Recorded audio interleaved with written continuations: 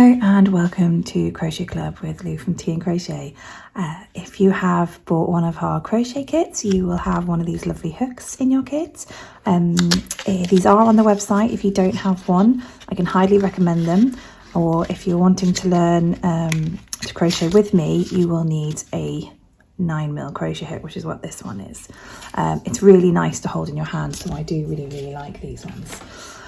We are going to cover in this little episode how to hold the hook, talk about how to hold the yarn, and we're going to start our very own slip knot, and then we can continue with other stitches in my next episode.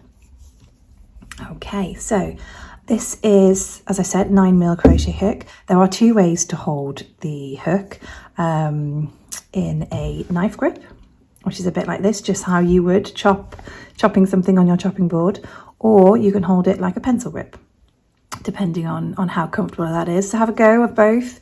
Knife, top finger held between your thumb and the middle finger, with this finger at the top, and kind of guides it, or you can pencil grip it, whereas this one just has a little bit more pressure on it. I find this one was a little bit too pressurized, so I hold it like this. The yarn you have in your crochet kit is a super chunky yarn. It's really lovely and squishy. Here's a ball here, and I can show you. It's just lovely, and it's really lovely to use, and it's lovely to wear.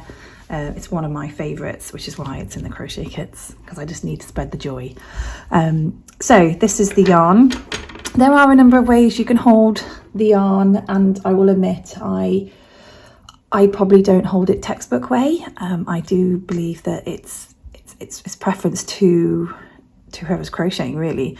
I think there is a way that you're supposed to loop it round and thread it through, so then it can pass quite easily through your fingers like this, or there is another way where you can just simply pass it through.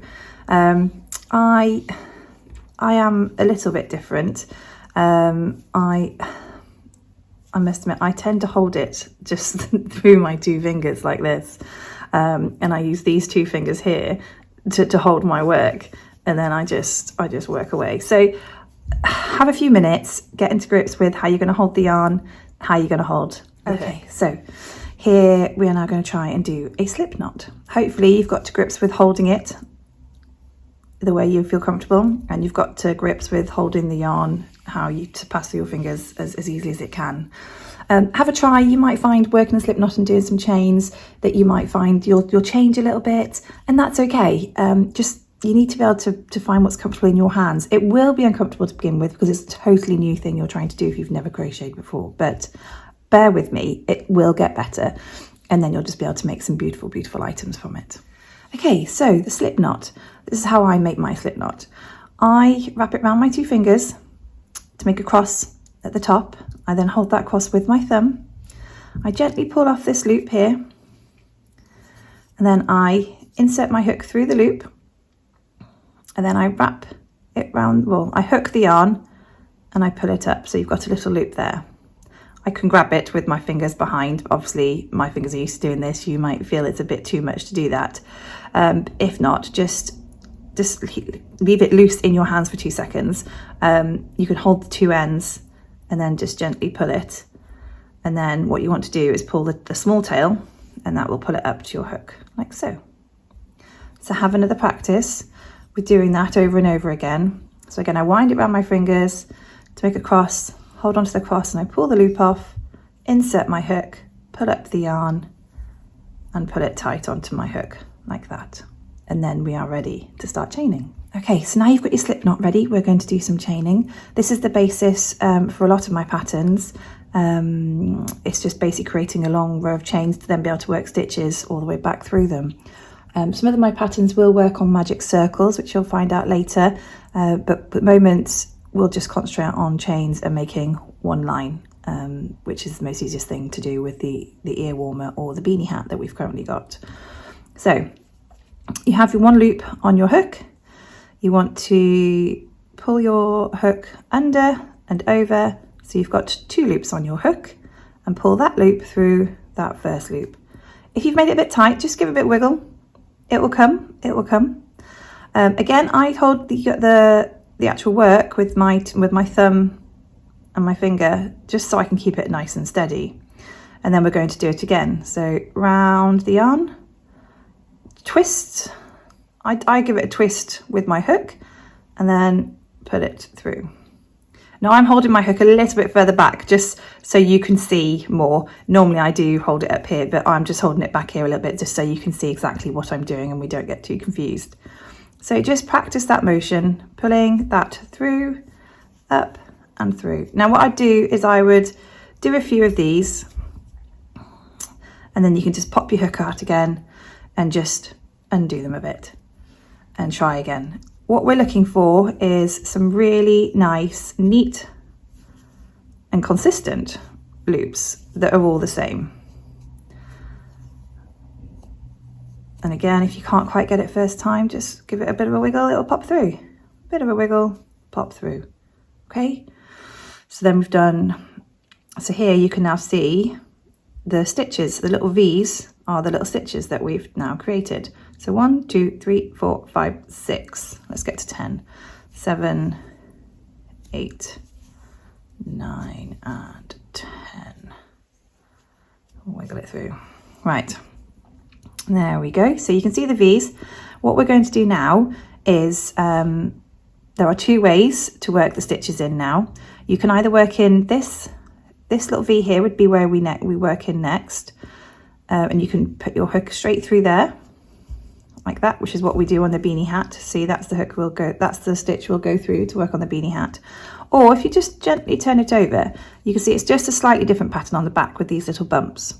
1, 2, 3, 4, 5, 6, 7, 8, 9. 9 little bumps. Well, there is 10. There's one top one in there. And that's what we're going to work in for the ear warmer. So depending on what pattern you're working on, will depending on where you put your hook. We're going to work a half treble crochet. Move my tea out a little bit in case I get dipped in. So how we do that is we, like you did making the chains, yarn over. So you've got 2 loops. But instead of pulling it through this loop, we're going to insert it into this loop here. And then you're going to do the same, yarn it over, pull up a loop, and you should have 3 loops on your hook. 1, 2, 3. Simply yarn that over and pull it through. 1 stitch, hooray! Don't worry too much about the gap. It'll even out when we give it a stretch in a minute.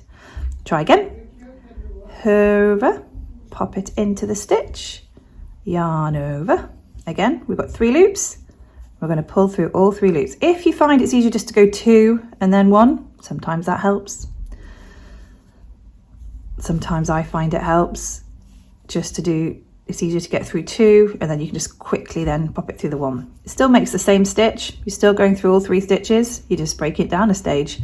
Whatever makes it easier for you. Remember, crochet is a very personal craft, and I fully believe that everyone's different and everyone makes things differently. So just see if you can finish off the rest of the row with these lovely half treble crochets. Let's just go to the end. There we go. And that's how you would start the beanie hat pattern. Okay. And you can see the 3 loops and the stitches. 1, 2, 3. And they're the 3 stitches that were on your hook. So if we were working, we're going to work half treble crochets now into the back loops. So you don't want to start in that first one, because that would be our turning one. So we want to work into this one here. So again, we want to pick up a loop. So you have 2 loops, and we're going to input. Now here, this is where it gets a bit tricky, because you need to shove your hook through that little hole. Sometimes you use your finger, put it on, that's fine. This is the most difficult row normally of the whole project, because it's the first row, the first one where we've got to make all these correct stitches in these chains. So don't worry about, you know, how long it takes. We'll get there, I promise. Pull up a loop and then 3 loops. And again, into this little bump here. There we go. And again, this one here. Okay. See, and it just makes it slightly different. It just makes this line a little bit more neater to begin with.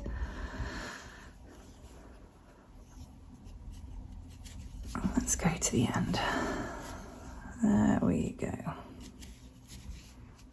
Okay, so just keep yarning over for a loop, inserting, oh, see, even I missed them. Inserting in, tease it on, yarn over a loop, 3 loops, pull it through all 3 loops. Okay, give that a go. Feel free to pause and unwind and redo, but practice this bit, because once you've got this bit down, that's it. That's pretty much it. You're good to go.